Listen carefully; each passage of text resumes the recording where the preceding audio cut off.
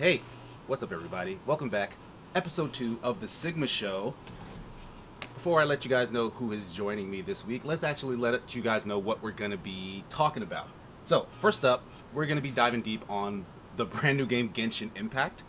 We're going to be talking about the new Static Shock movie that's coming, being produced by Michael B. Jordan, a new Green Lantern series that's coming to HBO Max. Jeff with a little pot there. Lantern, rather. Phil Spencer's comments recently on more of the exclusivity deals and stuff with Bethesda's acquisition, and the PlayStation 5 user interface being shown off in detail for the first time. So, that being said, joining me is Blue Bones once again. What's going on, everybody? It's your boy. As well as Superman Jeff. What's going on, everybody? Glad to be here. And let's jump right into things. First up, Genshin Impact. It's a game I spent a ton of time with because I had to. I reviewed it for Escapist Magazine. It really kind of blew me away. Like, I wasn't expecting it to be as good as it was. Kind of has no right to be as good as it is. Yeah. But I kind of... Both you guys were very hesitant to try it out at the start, and I kind of pushed you both to do so. So, like, I'm really interested to hear, like, what's your takes on it now that you've given it some time. Jeff, you want to go first, or you want me to I'll go first then. Okay. So I was hesitant because it is a gacha game, and most gacha games I've played, they haven't been as hypnotizing as this one seemed to be. So it wasn't like I was at risk of, spending money. So Because your main concern was, to play this game properly, I have to spend money, and you're susceptible to wanting to spend the money. Well, the thing, I don't feel like I was worried about it have to be, because I've played like Bleach, Brave Souls. It's a gacha game. You don't have to spend money to enjoy that game. But the more you enjoy the game, the more you want to have your representation of the characters. Exactly, the characters you like. Oh, I want him. And they do a great job at that. Hey, we're doing this event, has this character, this variation of that character. They had Halloween skins for the characters, everything. She's like, oh man. And you can earn the currency the same way. You can earn currency, but obviously not as fast. So it was like, and it's a gacha game, so it's a gamble. So you spend the orbs you earned through just playing the game, and you don't get what you want. You're like, well, maybe if I just do it this one time, I'm gonna get what I want. And it's a slippery slope. Yeah, it's usually not the case. I will say Genshin Impact has been a big surprise. I think when Casey was telling me, I was only like, Adventure Rank 2. I'm Adventure Rank 22 now. So yeah, I saw you putting a lot of work over the last couple of days. I was like, this man is still on Genshin Impact? Blowing up the Discord too, talking about, I got 5 stars, what y'all got? Let me see the lineup now. Like, bro, come on now. It's fun. And it is very Breath of the Wild-ish to a certain extent. I will say that later on the resin becomes a problem. Where that's what I'm hearing, yes. If I want to farm a boss or something like that, you can fight the boss, but to collect your loot is going to be like 40 resin. And if you only have give you 120. Yeah, you only get 120, and then it resets every day. So that it is very gacha to that point where they only limit you, with the characters you have to pay for those. If you want to continuously play, you basically have to pay for more resin. Otherwise, you're just doing the normal stuff. I mean, they have other stuff to do, but if you want to farm bosses for certain things, you definitely have to use your resin. Yeah, that's kind of the push and pull, because I recently just wrote an article on Escapist about how, like, it kind of fixes that issue with gacha games. And I admit, like, I'm not so far into the end game, because I'm actually a higher adventure rank than Jeff is right now. But the thing is, my focus has not been on any of that endgame stuff. Like, I'm not trying to grind all my characters up to max level. I'm not trying to do all the boss raids and stuff like that. I am absolutely loving just running around that world. Like, there's cool stuff that you find. Like, there's world quests. Like, I found this quest called 9 Pillars, where like I was just climbing on like these weird rock formations, and then I saw a prompt that said interact or whatever, and then I put this orb in the thing and didn't even realize I had these orbs from every time I was given the geo things to the shrine or whatever. But they give you something every time you do that, and it was meant for this quest. So the quest unlocked after I did that, and turns out there's 9 of them. I gotta find all 9. I gotta find all the Geo Oculus things in order to get all 9 to then put in those pillars. So I was like, oh, I want to see what happens when I do this. But it's a quest that's gonna take. I think I literally have to find every single one of those Geo Oculus collectibles in that world, which is probably not gonna happen anytime soon. But that's the fun I'm having in that game, and that's the kind of thing that doesn't require any money. Every time I'm walking through that game and I see one of the little star on there, it's going to be one of the orbs. I'm just like, okay, how far is it? Because I'm really not about to make this trip. Because some of them are so meticulously placed. And some of them you have to have a specific element to just get. Like the main character, I hope this is not too much of a spoiler, but he can switch out his element, right? He or she can switch out their element. When it gets to the Geo, it's like a building block. You need that to jump onto, and get onto the other things. You can't do some of those, yeah, for some of them. So like, it's very specific on some, and I'm seeing. I'm like, I'm gonna have to come back. There's no way. I'm one of them cats that like, okay, this is the first area. I want to get 100% of this first area and then move on to the next area. Games like this force you. You can't. Yeah, you're not gonna be able to do that, and it hurts. So. And when I get to that point, I don't have a problem with, all right, okay, I'll just move on. But then I just stop caring about all the side stuff. If I can't complete this 100%, then I won't do none of it. I will say the characters are very unique. I think they're dope. Every time I find a character that I like, because I don't play, obviously there's tier lists and stuff, and I like to see where the character is that I have. But if I'm like, I have the one Geo girl lady. Her name is Nayang or something like that, and she's like supposed to be like C tier or something. But like I love playing her because she has she drops a shield that spans out. Other projectiles can't go through the shield, and it damages people when it hits the ground. So like she's very utility wise. So, like if I got coming across a bunch of enemies that are using projectile, I drop that and just kind of stand behind and just. Take them out. Then what's her name? Kiki Kai? Chi-Chi is how you say it. Yeah, okay. the ghost girl. Phenomenal. Chi-Chi is phenomenal. He tried 2 out of the 3. He's like, yo, one of those. He is phenomenal. She has that ice ability, and between her and the other girl, Mona. So you usually pop Mona out, drop like a water. It's like a water AOE thing that keeps damaging people. Then I pop her and then start freezing them, and then I pop the electric chick, and it just like superconductor, combo going on, and it's like so when I first did the Abyss challenge with the people I had, I got to like floor 2. I couldn't get past that just because tough. I couldn't get past it, and I got Chi-Chi and Mona, and then I was breezing through them. And sorry, go ahead. No, you're good. I wanted to talk about like my experience first getting into this. At first Sigma in the Discord, I was a little in my feelings. He said, "Oh, Blue, you're gonna like this. It's flashy anime stuff," and I was like, "What? that's not my thing." I like customized characters, and that honestly that was a big turnoff when I first started. Like, I have to choose this or that person, right? And so I was like, all right, cool. I'll try it anyway. And then the gameplay just flowed. And I had never played Breath of the Wild before, so this is my first introduction to that style. Man, when I say the play style hooked me, the characters were actually interesting. And Paimon, the little sidekick, I thought she was going to be annoying, but she's actually super freaking cute, even with her annoyance. Because a lot of people do find her voice super annoying, and like the fact she talks in the third person or whatever.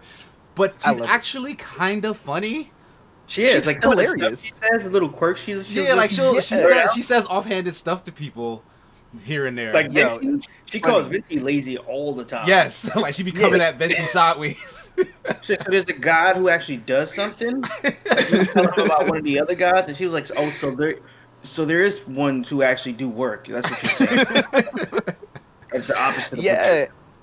So, in more testament to that, I think the dialogue's actually really good too. Yes. The options that they give you, while it doesn't really change the course of the story, you have you have a choice to be a jerk or a little smirky. Well, You know what I mean? I wouldn't call it a jerk. It's because Paimon says it often. He says, "Oh, well, you're cheeky, aren't you?" Like it's a really cheeky response. It's like it's like What you're gets in on me- the joke. Like you can see how forthright everyone around you is, and you're kind of Yeah. poking fun at it, but it's not Yeah. from a mean place, which is like the perfect tone. Like the game is so feel good in that way. Like when the characters are talking to each other. Like yes, there are maybe somewhat serious things going on, but it's really upbeat. You can be the sarcastic one if you Yeah. want to. You know, and what I like about it is you can choose the safe response, and then Paimon is the sarcastic. right. You know what I mean? So it's like there's gonna be that little element either way. So Danny says she's a I mini will jerk. say, Agreed.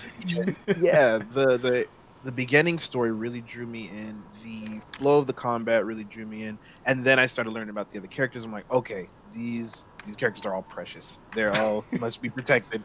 Right. Now we'll say. yeah. Oh, I'm sorry. Real quick. The last thing that really said, okay, I'm keeping this game on here and I'm going to spend money on it is as soon as I learned about the element mixing and how those were, that's the same thing we saw in Anthem that was super dope.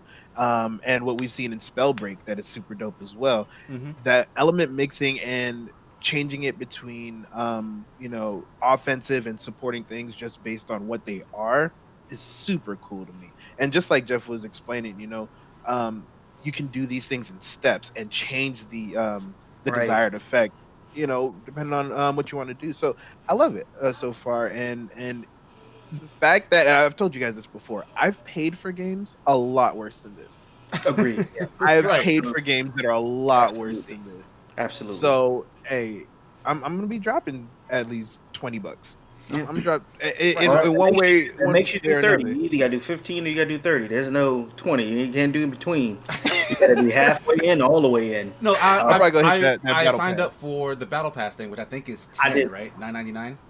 You can do the 10 one or there's a 21 Yeah, there's a where $20 one, which There's a 20 I'm talking about. is like Yeah. extra stuff. You're But right. yeah, I did the I can't remember. They use such weird terminology, like Gnostic hymn is what it's called. Gnostic- Son. So I use This thing I paid have- for that. Japanese and German. Yeah. Like half the names, these names are wild. And then they have French. Like they got some weird names in it, but Well- not. I shouldn't say weird. They're diverse. That's what I should say. Yeah, because That's- the that's- game's landscape. I'm glad that this came up because the game's different areas are all based on different real world countries. I think Oh, most Mondstadt definitely. Yeah, is yeah. supposed to be like Europe or something, or Germany, something Mhm. like that. And Yeah, then yeah. the next one you go to, Liyue, is China for sure. Yeah. And then like they have Mhm. all these other places that they reference that you can't get to yet because that's probably coming down the pipe. It is a live service game, which again excites me because Mondstadt is a very beautiful location. Like the art It is really is. amazing. But fam, when It's I a got into different game Liyue, from- it's a different Right. game from Liyue. yo, like that place looks so beautiful. I just recently found this one area that I hadn't been to yet. Kinsei Village, I think it is. I don't know if anyone else has seen it. Yeah. But it has like the kind of the layered flower beds and stuff, like, and it's on the side of a mountain. Like, oh my god, that place I'm is still looking so for the pretty. water brush over there. Like, Like, it's I so went to freaking pretty. Liyue, and they had this huge mountain. You climb the mountain, and there's like floating platforms. Hmm. So I started climbing some mountains, and I found this like a swan statue. Yes, and I'm like, I came across this. This is Kinsei Mountain. yeah, and you can rotate it. I was like, okay, so I rotated it, and I'm like, well, let me point it towards this thing over here. I don't know why. Let's just do that. Pointed it, and stepped away. A little cutscene came up. This light came from the swan, and went to the statue, like this floating platform. I'm like, okay, all right, cool. Or went around, happened to find another. I'm like, okay, that's weird. Let's say there's another one. Did the same thing. I'm like, oh, there might be. So they're connected. So that's gonna open up something. Then I can see something sparkling. I'm like, what is that? Right. I mean, that might be another statue. Go over there, it's another the- statue. The And whole it- time you're getting adventure ranks right there. Yeah. You see what I'm saying? Yeah. And that's what a lot of people are messing up on. And this is probably the last thing I'm gonna say on Genshin Impact. And Sigma, you've seen this argument in the Discord before. If you're playing for characters, you're gonna have a bad time. But if you're playing to play, Mm-hmm. it's gonna be smooth. Yeah, like I feel like Yeah, some people might relatively have PTSD from other gacha games where the entire point of the game is to that get the grind. best Yeah, character. getting the Yeah. characters, getting the star ratings, the powers, blah blah blah. And maybe that's just how some people like to play those games. That's all they care about. you're gonna struggle a little It's gonna bit hurt. because that's the part where they know where the money is. You know that they're waiting for those whales to spend a ton of money to just get the best of everything that they can.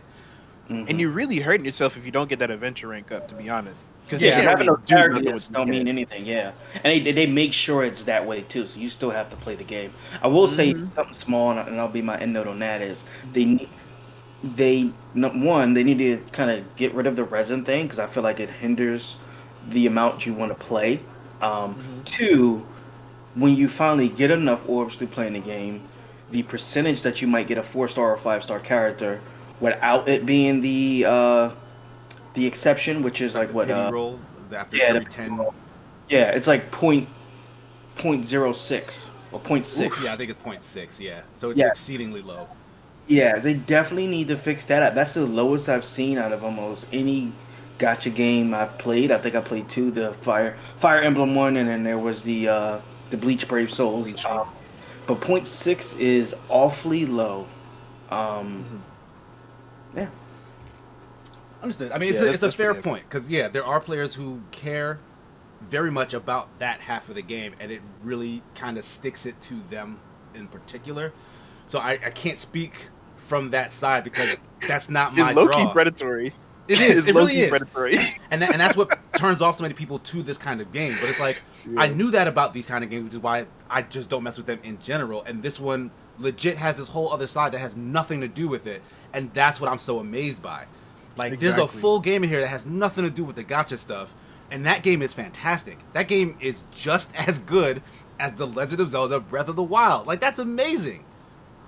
And then you can roll the dice every now and then if you Right? Yeah. Yeah. Like and then you can mess around with the gacha stuff. So Exactly. So it's just like, let me try my luck, but this is still a good game. I feel you, bro. So, what we didn't mention though was it has already recouped $100 million, Yeah. Son, and that Yes, was within in 2 weeks. what, a week of its launch. it's deserved. Right. It's so, deserved. I think we'll be seeing a lot more from Genshin Impact in the future. Yeah. I can't wait till whatever their next update is. I want to see more of that game world. But Yeah, just give me- I honestly Uh-huh. hope it. I honestly hope it to be a phenomenon, kind of like Apex, where it dropped for free. It was a good game and people supported it, and it's still going strong. I Yeah, hope I Genshin think it's at Impact that has level. Same. I think it's definitely at Yeah. that level.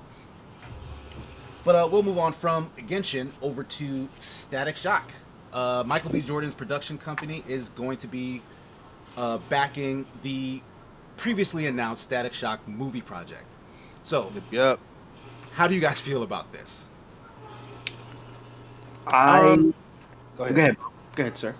Yeah, I probably have less to say than you do on this, but in general, if it works, it works. I don't have any personal qualms with Michael B. Jordan. I think that he has, I feel like he has the potential to make a good show and do justice to Static.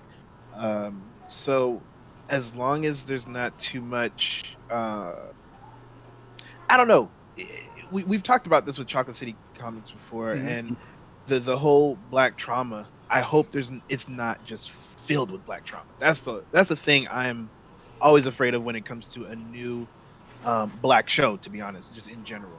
I don't want it to just be single mom stuff. I don't want it to just be money problems, selling drugs, police brutality. I want just a show where I can enjoy it. I know it's going to be in there in one form or another, but I don't want it to only be about that or that be the biggest thing. You know what I mean? I want to relax. I want to relax and I want to watch the show. So I don't think Michael B. Jordan specifically is giving me that anxiety. Is just Hollywood today. It's just you hear a black-led thing and you're worried that the black part means this, that, and the third versus just a good superhero movie or show or whatever. Yeah. Makes sense. What about you, Jeff? For me, it's kind of almost the same. Where I just want it to be a good show. I think Michael B. Jordan's great. I think I've loved a lot of things he's done. Fantastic Four. Yeah. Oh. That doesn't exist. This man said, "Yeah." Yeah. Oh wait, no. No, not that one. I want him to go in there and just, like you said, make a good movie. Yeah. Like I think Lovecraft Country does a great job at showing that racism existed at this time because there was no way to be in that time period and not show that. But that's not what the show is about. That's like Gotcha. it's that period, it's but the the show is backdrop about to everything else. Yeah, and I think that's what it needs to do if certain things are going to be in there. But I don't want it to be a good black superhero movie. I want it to be a good superhero movie. Exactly. Yep. So, I feel you. I'm in the same camp. I also am a big Michael B. Jordan fan. Like, ever since he was Wallace on The Wire. um, like I keep hearing conflicting reports, but I'm pretty sure Michael B. Jordan is from Newark, right?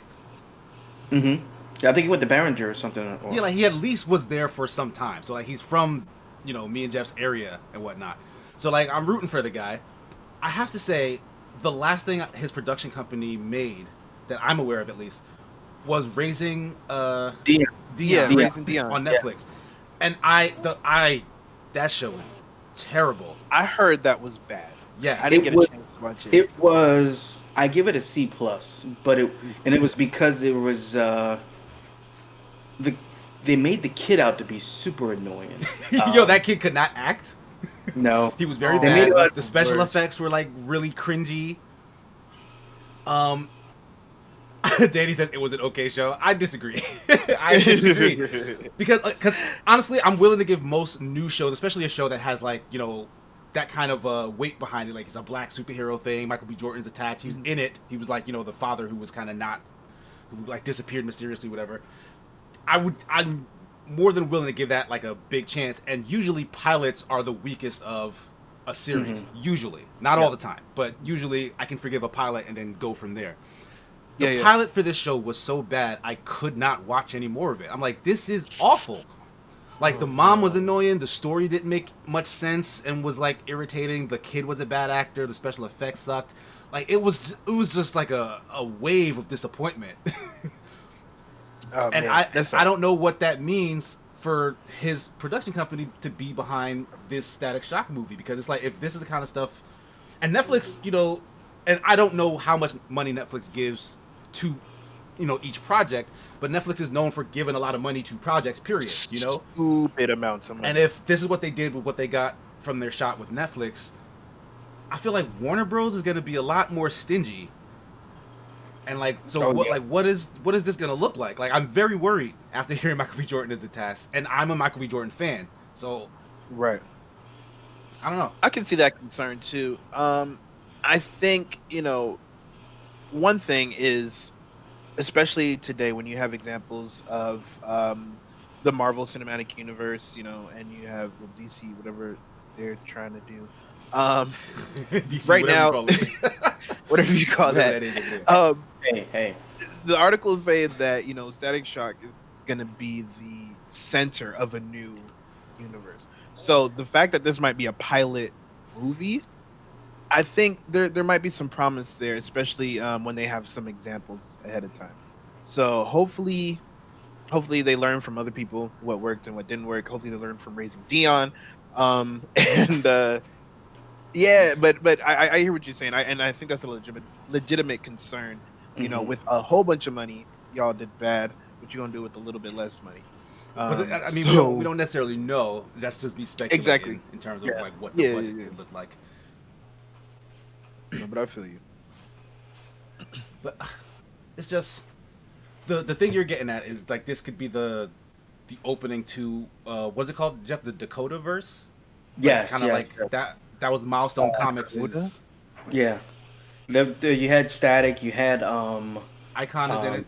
Icon was in it. You had a couple other characters who were in there, and Black Lightning was before that though, right? Like he wasn't. Black Lightning was a DC property. Okay. These all just originated from Milestone Comics, and they wanted to do a universe where black people were this focus of that universe, and they dealt with a lot of black issues. They dealt with teen pregnancy, single mothers, all that stuff. That's that trauma. Yes, and Yeah, it kinda is.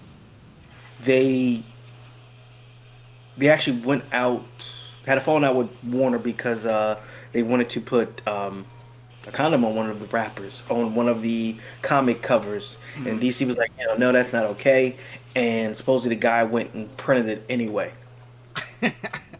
and then they shut the whole thing down, right?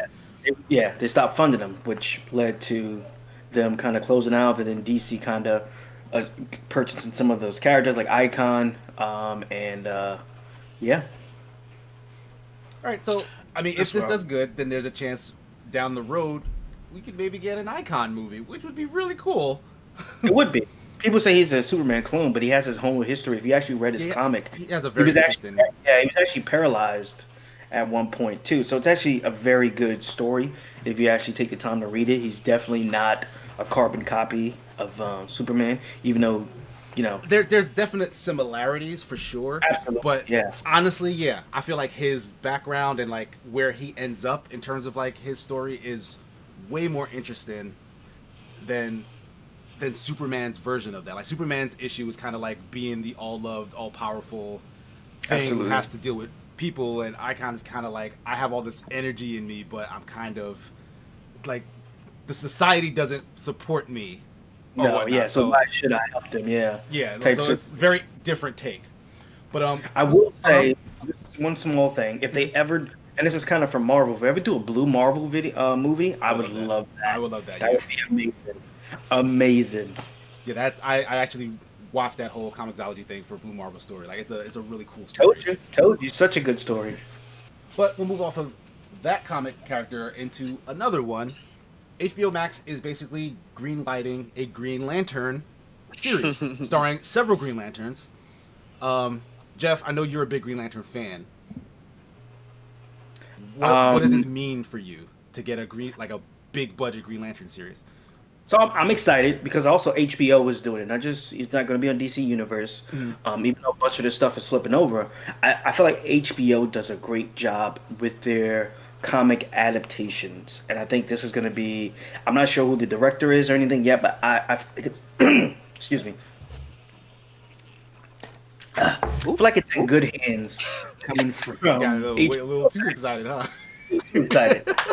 They're doing a few notable characters. Alan Scott, which was actually the first Green Lantern from the Justice Society of America. They're doing some of the more lesser known ones. They're doing Simon Baz, which was a I believe he was a Muslim. I don't know. I think he was Muslim. About Simon Baz or the Jessica Cruz character. Jessica Cruz was she actually suffered from PTSD, and as a Green Lantern, having will was very important. So she struggled in that capacity, and it kind of deals with her story to overcoming that. Sir, I just want to say, I used to like Green Lantern until I realized that if you just talk to this dude, he's powerless. Like if you just make him a little depressed, and that's kind of like their whole power. It's kind of to what you were just saying. It's all emotional. So if I'm just, hey man, you get the most depressing person at your office, sit them in the room with the Green Lantern, they could be the Green Lantern. You know what I mean? Like everybody's got their weaknesses. You gotta think about that's a big weakness. The rings do work off the emotional spectrum, so they're all different colors for different emotions. The ring isn't going to choose somebody necessarily who just anybody. It's going to choose people who have the ability to have great will. Now, they're not going to see that at first, just like any superhero movie. They're learning their powers, they're learning how they works, they're overcoming, but the ring sees that they have the potential. Yes, like they always say that. I've seen this so many times Green Lanterns get shut down by somebody saying like, yo, you remember when your dog died? And they're like, oh, and then like just can't get it up after that. It's just like, oh, dang. Like, wait, I don't even have a dog. I don't remember that. But they're going to be missing some notable ones like Jon Stewart, Hal Jordan, Kyle Rayner. They talked about that, right? They said they don't know if. Yeah, they just haven't announced them yet, and which isn't a bad thing because we already know a good amount about them. What most people do. So if they kind of just sprinkle them in there, then that's fine because you're given some of the lesser known, and they definitely have a very diverse group of lanterns from different backgrounds. I will say once again, I hate articles like this because it kind of gives you spoilers on the roster, the lineup. You know what I mean? If you go into this like, yo, this is about to be a Green Lantern production, right? I don't know who's going to be in it, and it's that guy from that comic. Oh my gosh, you remember that comic? Oh, I didn't see that one. Let's check it. Right now, you just got the whole list, and you're just doing research before you even watch the movie, and it's just Well, going into the only thing about that I would say is some companies can afford to do that. Like if it's a Marvel movie, you like, hey, we got this what's the name movie coming out. And people are like, oh yeah, I'm going to see that. It's a Marvel movie. They have a great the history. name of the movie and a commercial. See, Should be especially Green Lantern are completely different. Green Lantern has a horrible history, obviously. Yes, And then DC hasn't have a greatest track record. So they have to kind of let people know. And they're saying these I characters hate that. because I they're understand so it, but I diverse. hate it.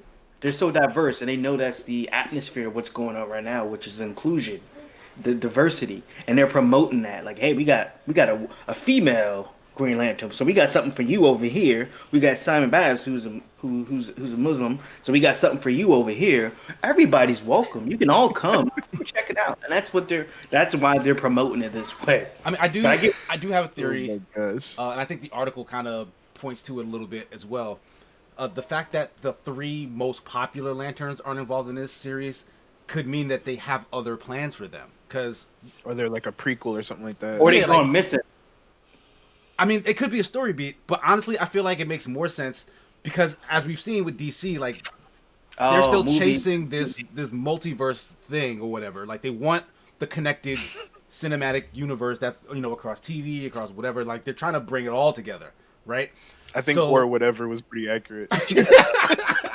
No, but I do think that they probably want to have a Green Lantern movie in the future, and one of those 3 characters is likely Another to one. be the star of that movie. Maybe they don't know yet, but they just don't want to.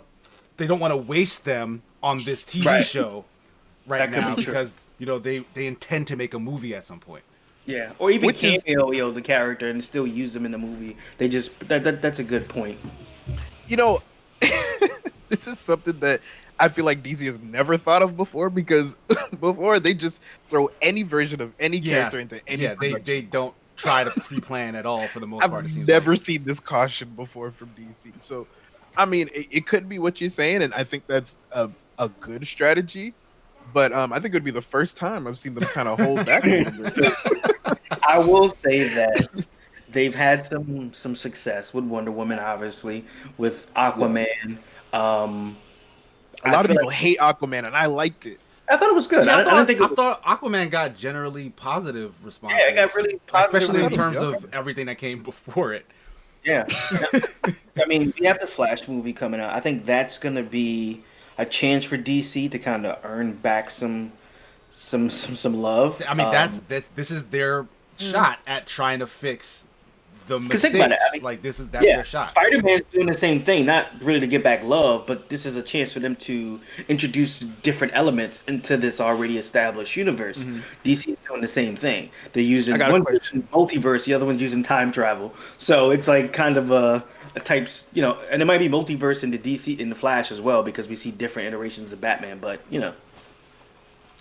So my question is, are they going to run this movie and the CW show simultaneously? no, this is a HBO Max show. Which one? The, Green I'm talking about- Lantern one is the Sorry, I'm talking about the Flash. My bad. Oh yes, Yeah, So yeah. that's why they had a cameo from the crossover where they showed Ezra Casey. Miller. There you go. He was there. yeah. During the He said- Infinite Crisis, he was there or whatever. So they did it as the movie universe exists in the Okay. TV universe as That a makes separate universe. Right, so that, this isn't even their first multiverse story. No. Like they already told you on the TV show, hey, the movies are part of this. It's all connected, Yeah, just Listen, not this finna not get directly. confusing. yes. And if you saw the last crossover between the CW shows, that was amazing. Corny. No, I still haven't watched it yet. I've been meaning to. I I've just seen haven't scenes gotten around from it, to it. bro. You haven't seen it. It was I've seen amazing. scenes from that. It was loved worldwide, critically. acclaimed. Everyone loved it, from Singapore down to Moscow. It was Oh my loved goodness. Okay. worldwide. Even Trump loved it. So it But was he's a amazing. liar. I don't know if you're helping your So- case or not. Like Like every that's time you what he say said? something good about DC, you say something like that. But if you have time, check out the crossover. It I will. actually had Black Thanks for reminding me. I do need to do that. You're welcome. I mean, I'm usually good at reminding you to do things you should do. So. Anyway. But anything else on the Green Lantern show for HBO Max?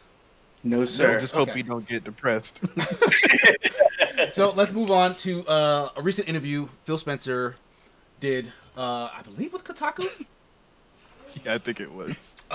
Basically, they asked. wild. He basically clarified because the question has always been whether or not Microsoft will bring any of their Bethesda games from that acquisition, especially the new Elder Scrolls, to other platforms to recoup that $7.5 billion. And Phil Spencer flat out said, no, I don't think we need to do that to make that money back. Like, we'll be fine. Like, we'll get it back even if we just put it on our own platforms. So some people took that to mean, oh, they're going to make all that stuff exclusive. Just exclusive. No, But that's not necessarily what he said. So... But it could have been. I mean, yes, it doesn't necessarily say the opposite either. So Exactly. So again, this question's coming back up. Now, with the idea that they don't need to release multi-platform to make back that investment, how much more likely do you think it is that it'll actually happen? Because this is kind of the good guy Microsoft versus Microsoft trying to be the industry leader. And they want both those things. Yeah. I will say he answered that question perfectly. It's enough to mean either or. And that works for somebody whom this That might means he be. didn't answer the question. Yeah, exactly. This might be something that was a deciding game for somebody, depending on what system they're going to get. Let's Most just definitely. say, hey, if I can't get Elder Scrolls 6, then I'm not getting. I was going to get a PlayStation, but I'm not now. I gotta get an Xbox. I mean, but he didn't say I could. But I'm safe. I'm better off just getting an Xbox. So it does leave that link Kind down. of, yeah. But it also makes that statement like, hey, we're doing great. We spent that money and It was low key a flex. Yeah, we don't have to worry about It kind of Either way, was. either way, we're gonna get that money Boy, back. how much? Oh, I didn't Yeah. look at the receipt. Oh, yeah. Oh, it was I guess. 7.5? Oh, Yeah. I thought it was more than Yeah. Oh, But I was it? don't. yeah, exactly. Oh, that's why I didn't. That's why I got some change left. What I took note of was how it has a list of Xbox games in their score on IGN after the article. And it's like Fighter Within a 2.8, Crackdown 3 a 5, Rise Son of Rome 6.8, and that's what kind of caught me off guard. After he posted, and then IGN just started cutting these low scores at the bottom of the article. I'm like, Oh, by the way, they don't really do good stuff. Just heads up. Well, I mean, That that kind of speaks to the possibility that they kind of need these to be exclusive, right? yeah. So, okay. because like, If they're no, go ahead. I mean, they announced a bunch of first-party games, but nothing's gonna hit like an Elder Scrolls 6. Yeah, at least No not matter how- yeah, not right yeah. now. Like, because they have that reputation right now of faltering in the first party department. So it doesn't matter what they announce. They can announce another Gears. They already announced Halo Infinite, which they had to push back because it didn't have a great showing. So like, no one's excited about anything, with wasn't the even showing. exception of I guess Hellblade 2. And again, that was another studio that they acquired. It's nothing that came from internal Microsoft Straight Microsoft. studios, you know? Yeah. So, I mean, it's theirs to do what they want with. This is kind of what I was saying last time I talked about this. Like, they can do whatever they want and they still win. I think they acknowledge their weakness too. They know that we're not doing great in the first party, race. We're not going to win that race. We do need some help. Let's go get all these other studios who can give us those things. And I think that's the first. I mean, that's the first sign of is acknowledging any problem. And that's the problem they have is our first party games aren't selling our systems the same way Sony is selling theirs through the first party. So we definitely need to bring in some help, and I think that's smart. Is understanding where you need that help at, and I think they're going to get it with the studios that they bought on, and who knows, they might even start acquiring more studios through the course of. Yeah, I don't think they said anything about being done, so we could definitely see more acquisitions down the road. They But I got just wanna- changed from that first one. They got changed. Right. I just want to call attention to a comment Proofbot threw in the chat. It says, if I'm worried about anything from the acquisition, it's the development of Starbound or whatever their new IP was going to be. I think that's an interesting thing to look at because, yes, Starbound is a brand new thing coming from them that Microsoft now owns. I don't know if I'd be worried about the development versus because Bethesda was kind of stumbling prior to this, right? Like they have a great track record, they have a great history, but their more recent releases weren't doing so great. Fallout 76 has only just recently become what's the word I'm looking for? Like playable? Salvageable, something that was close to what they promised. I mean, we've seen that with No Man's Sky, but you don't expect that from someone who's been already doing these Fallout games. Right. So I will say, hold on. Fast Tax in the chat said Microsoft damn near saving GameStop, so that 7.5 billion ain't nothing.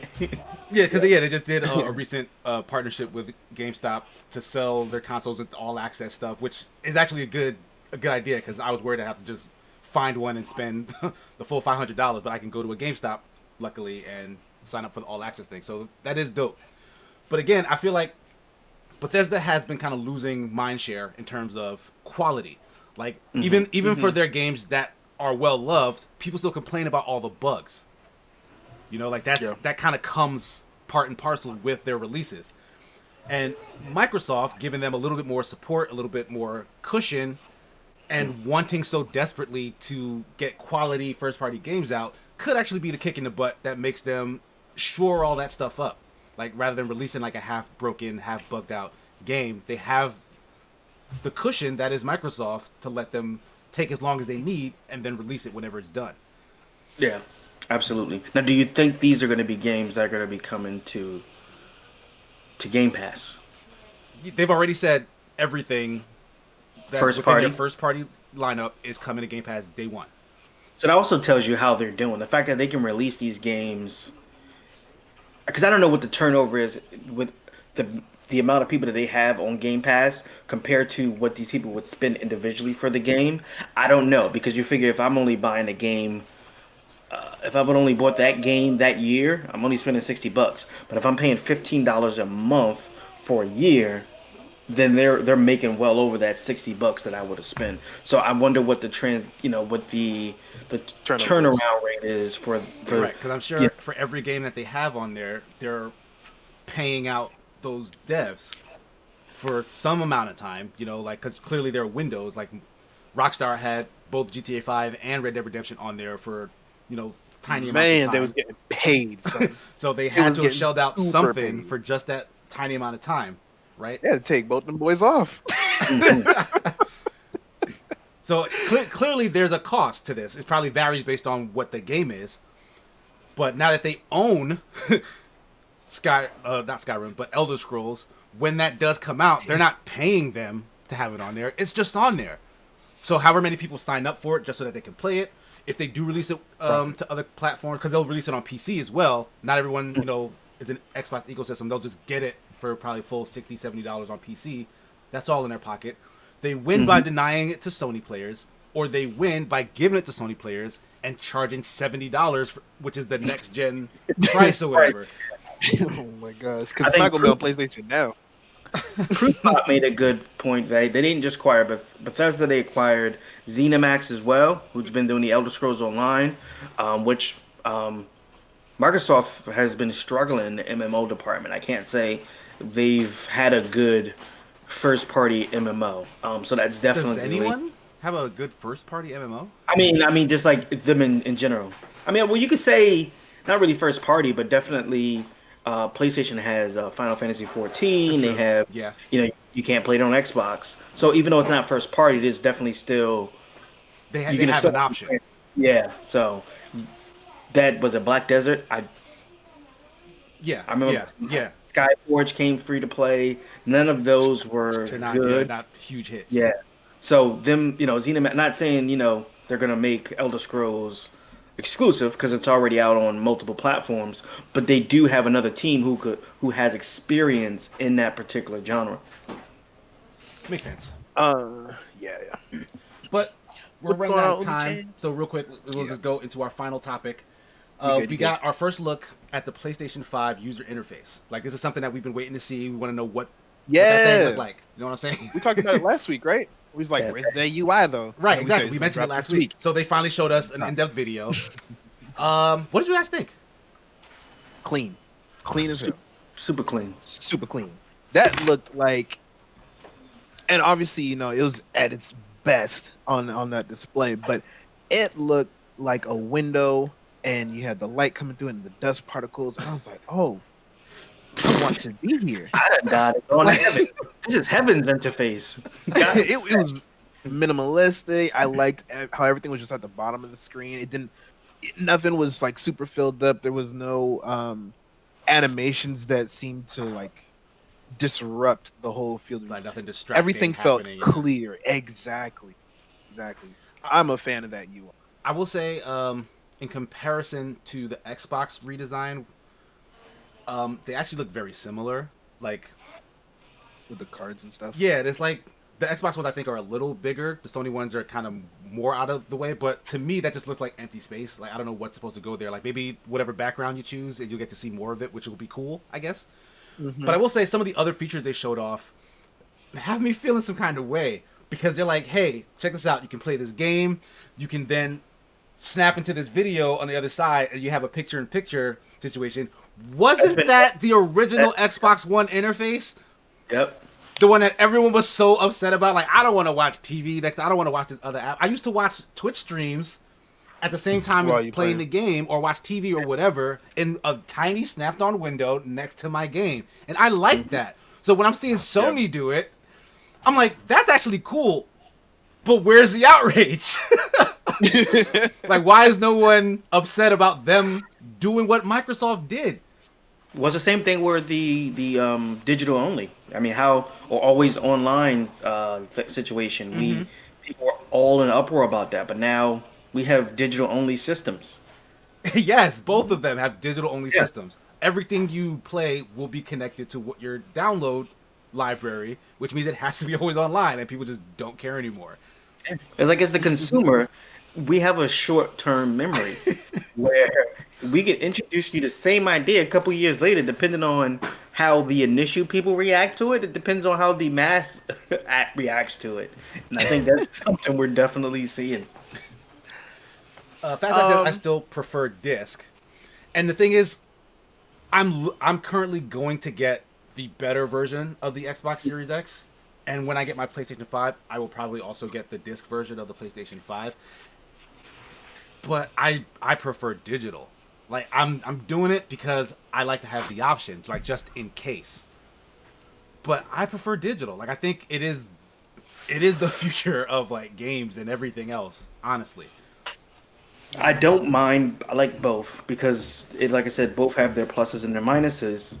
If game sharing was possible through the digital version, where, hey, Casey, do you want to borrow this? Here's the permission. You now have my permission to use this. That would be cool. Like, it deactivates it on my side, but it's activated on yours. Exactly. I can maybe set a time limit, like, oh, if Jeff don't beat this in like a day or two, it comes back to me.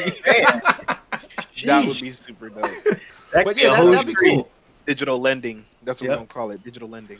But also, again, it does hurt the economy as far as software sales in stores. So obviously you won't have Walmart or Target or GameStop, who's going to definitely hurt more so than anybody else from that secondhand the digital only systems. So I mean, I get it. But either way, like the PS5 user interface, it's not revolutionary, like it's not the most exciting thing to show. It's just more proof that the thing exists, because like they still haven't really sent out boxes to any media or whatnot yet. I more so than what it looks like, I'm interested in how it functions and runs, because the PlayStation Store has for a very long time been very slow and cumbersome, and if they can somehow fix that would be a big improvement. I'm sure that SSD in the box would help a lot with that and processing and whatnot. But either way, like honestly, I think I'm ready to see the games at this point. Like, I kind of don't want to see any more demonstrations, no more teardowns. Like, show me what these boxes do to games. Either the games that we're already playing, which I think some people have shown demonstrations of, like old stuff running better on the new consoles, or the new stuff, which we don't have that much time, like less than a month now, right? For both systems. Make them available. The amount that was put out, I mean, at least I will say, at least PlayStation had a second wave of pre-orders that were released. Right. Xbox, which there's no word, there's no nothing. I'm feeling some type of way. Like you need to do what you need to do. Like get me an Xbox. Exactly. Make them available. Like I get that. Like, but 6, like I told you, I went to the GameStop. I was a 6th person there, and all they had was an extra Series S, and Jeff ain't want no Series S. Jeff turned around. Jeff went back to work. I mean, what are you gonna do? We gotta wait now, because I don't think any of us have pre-orders, secured. So we gotta wait. But I'm not doing nothing day one. I'm telling you that right now. None of these day one is gonna be in my house. Especially. What about that new Especially Leon CD? Well, that's a different story. Okay, all right, okay. My heart will go on. But the fact is, at the end of the day, especially with Microsoft, they're advertising that a lot. You know what I mean? And a lot of this stuff is already going to be available on my Xbox One. That's very true. I'm not stressing getting the series right now. That's very true. yeah, Xbox and is making that transition easy because they are, because a lot of the games are smart delivery. delivery. Right? Yeah. Yeah, which is I amazing. still hate that name. Yeah, it's a bad name. But I checked the entire list, and almost everything that I want is gonna be smart delivery. So I'm not suffering a loss if I don't get one right away, because I can still play the games I love and still have them on the next gen running at next gen quality. So Whenever you get around to securing a console, yeah. whenever you find one, and I'll pick it up. So But that's our final topic. I Yeah. want to thank everyone who's been watching. I want to thank my two guests today, Blue Bones and Superman. Jeff, you can find them at their handles, which are hovering somewhere around their general vicinity. I think Jeff's is below his, Blue's is above his. So definitely check out their individual Twitch channels, as well as the Open Party Twitch channel, which some of you are probably watching this on. If not, head over there, subscribe. If you're not watching any of our individuals, head over to those, subscribe. We are a network of content creators and gamers that are making content for the Open Party community. So definitely check our stuff out. We'll be back later today for Super Smash Sunday. So 2:30 p.m. Eastern Standard Time is our start time till 5:30. Hope you guys will join us there. Anything else you guys want to promote throughout the week? Shout out to the Certified Gaming Crew. Umi and Fastax came through to check us out. Thanks for popping out. And like he said, everybody, thanks for being involved and being definitely active in the chat. We definitely appreciate it. For sure. Yeah. Blue, anything let folks know before we head out? Yeah. After the Super Smash stream tonight at 5:30, me and the missus are gonna do Happy birthday, everybody. All right, happy birthday to Blue. We did not mention that, but today is Blue's birthday. Hey, this is your show, bro. I was gonna let it fly. No, I totally forgot to mention that. I was gonna mention that. No sweat. But yeah, we're gonna be playing that 5:30 to I think 7:30 ish Eastern. We'll see what the flow is. Nice. We're gonna be playing one at a time, sitting behind the other one, hyping, roasting. You know what I mean? Just having a good time, chilling. So sweet.